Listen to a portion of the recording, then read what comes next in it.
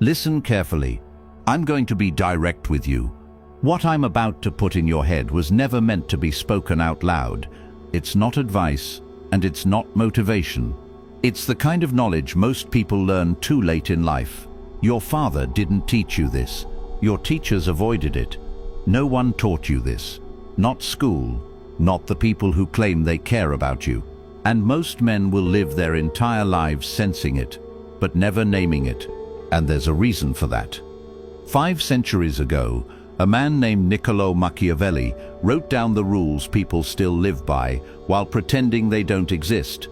Rules so uncomfortable they were condemned publicly and studied privately.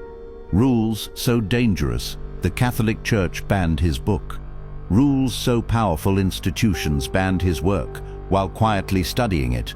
A manual for how power actually works when nobody is watching.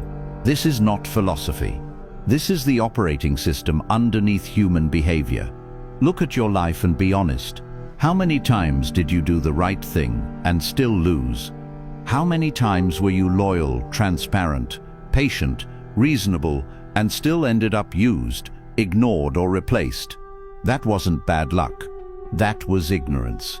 You were taught to believe understanding power makes you dangerous, that seeing motives makes you manipulative, that strategic thinking makes you immoral. That lie keeps you harmless, because the truth is simple and brutal. People do not move based on reason. They move based on comfort, fear, image, and advantage. They say one thing, they respond to another. They smile while measuring you. They listen while collecting information. They reward strength and punish exposure.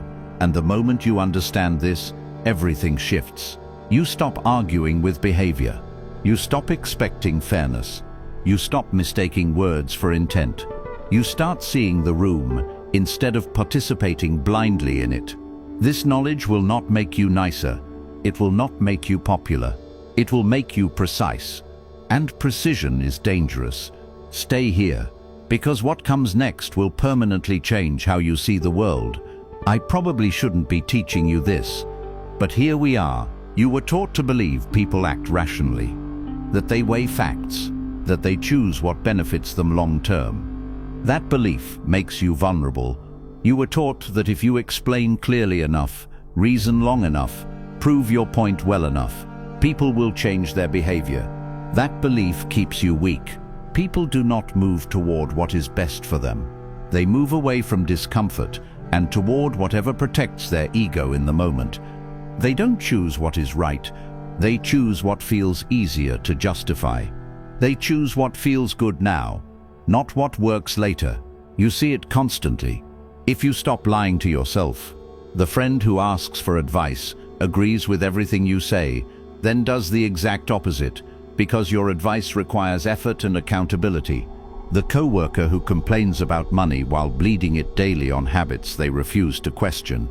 The partner who claims they want stability while repeatedly choosing chaos because stability feels boring. They are not confused. They are avoiding discomfort. Machiavelli saw this clearly when he wrote that men judge more by appearances than by reality, because everyone can see but very few can feel. Translation is simple and brutal. People respond to what looks good, sounds good, and protects their image. Not on truth, not on logic, not on long-term consequences. This is why arguing facts rarely changes anything. Facts threaten identity, and identity will always defend itself before it adapts. Watch how people react when facts challenge their self-image. They don't consider them. They dismiss them. They attack the source. They rewrite the story. This is why trying to reason with someone emotionally invested in being right is a losing position. You are not debating ideas.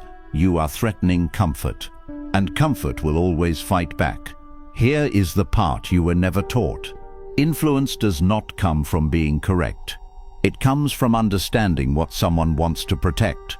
Status, self-image, immediate relief. When you appeal to logic, you speak to the smallest part of the human brain. When you appeal to emotion and appearance, you speak to the part that actually decides. This is why men who rely on facts alone keep losing arguments, negotiations, and relationships while wondering why nothing changes.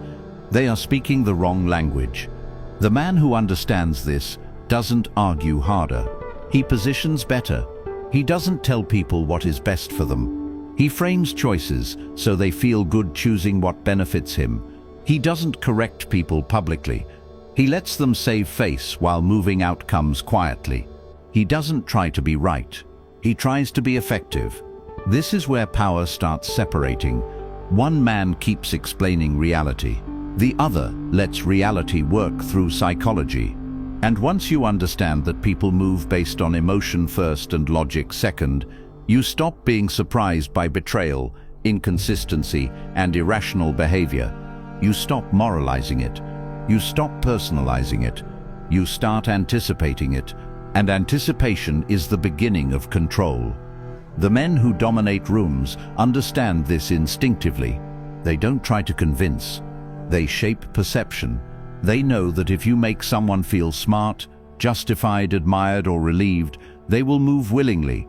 If you make them feel exposed, inferior, or wrong, they will resist even if you are correct. This is not manipulation. This is literacy.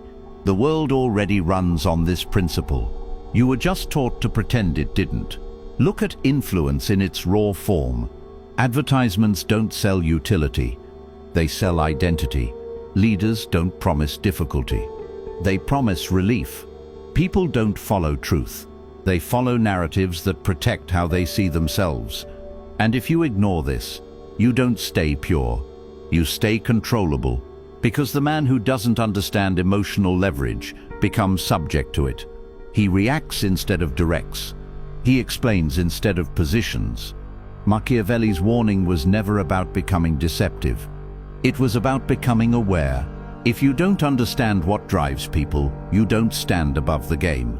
You stand inside it, blindfolded. And once you see this clearly, you stop wasting energy trying to reason with human nature. You start moving around it. Your father probably told you loyalty was sacred, that standing by people no matter what makes you honorable, that staying committed earns respect. That lesson is incomplete, and incompleteness is how traps are built. Machiavelli saw this clearly and said what most people are too afraid to admit. Loyalty without reciprocity is not strength. It is permission to be exploited. Look at how this plays out when no one is speaking honestly. The friend who only shows up when he needs something. The company that preaches family until numbers dip. The woman who expects commitment from you while keeping her options open. They don't call this betrayal. They call it circumstances. They give you just enough to keep you invested, then withdraw the moment you stop serving their interests. And you keep showing up.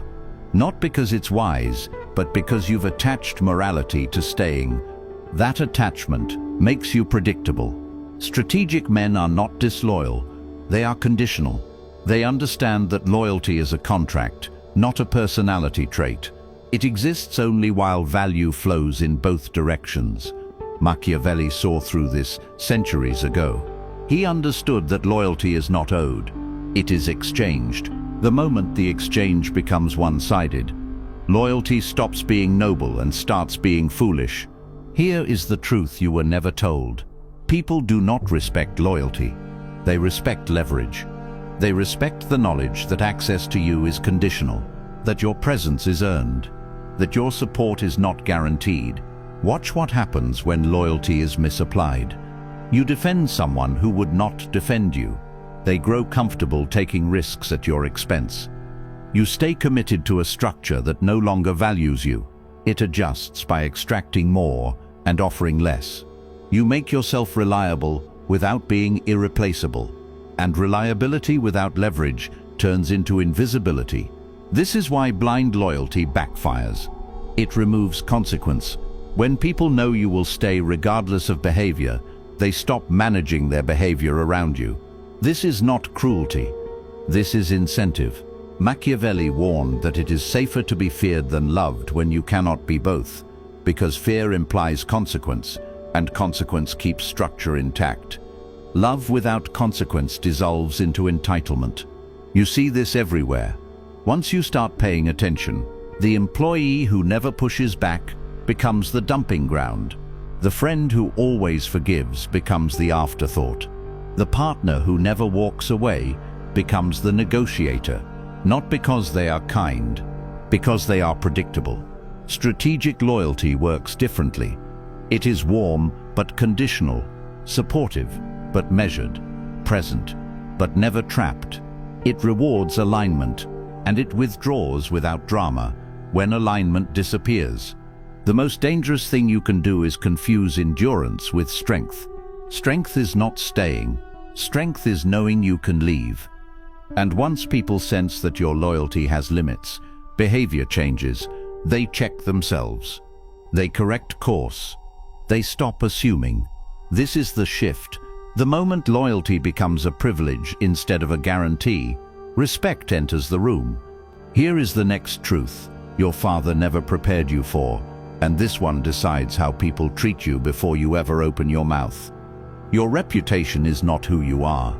It is what people expect from you. And expectation is power. Most men think reputation is about being liked, understood, or appreciated. That belief keeps them explaining themselves long after respect has already been decided.